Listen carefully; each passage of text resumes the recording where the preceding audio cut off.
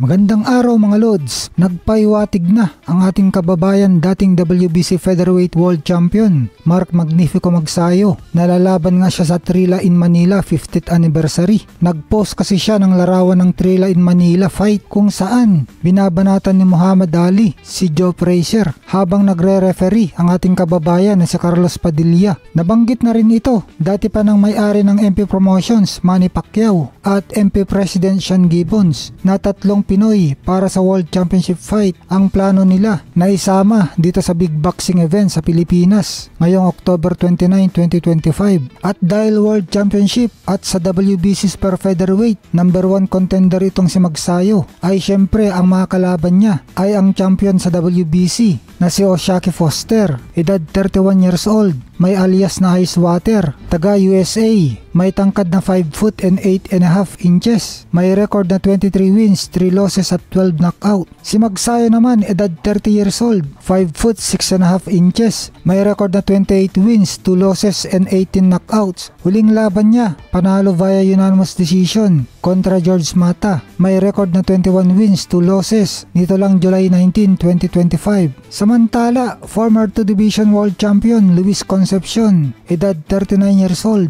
may alias na El Nica, taga Panama, may tangkad na 5 foot 2 inches, may record na 40 wins, 11 losses at 29 knockout, ay ipinamalas ang kanyang shadow boxing na training niya dito sa Pilipinas. Pagkadating niya dito sa Pinas, kinabukasan ay agad siyang sumabak sa training. Siguradong naganda ito ng mabuti kasi nasa bingit na ang karera nito. Nanggaling kasi siya sa 2 sunod na talo, kaya hindi kakayanin na matalo pa siya sa laban niya sa ating kababayan top prospect Kenneth Lover sa August 17 sa Winford Resort and Casino, Manila. Kaya nga dahil dito ay naganda rin ng gusto ang tinaguriang next Manny Pacquiao na si Kenneth Lover, edad 22 years old, may alias na The Lover Boy, southpaw stance, may tangkad na 5 foot 6 inches, may record na 14 wins, 0 loss at 9 knockouts. Kinuha pa nila ang kilalang international na strength and conditioning coach na si Alex Ariza para masigurado ang panalo. Ayon naman kay Concepcion na hindi siya dumayo dito sa Pilipinas para lang magpatalo. Gagawin daw niya ang best niya at target niya na manalo via knockout. Pinagmalaki niya ang kanyang maraming panalo na 40 wins at madaming pinatulog na kalaban, 29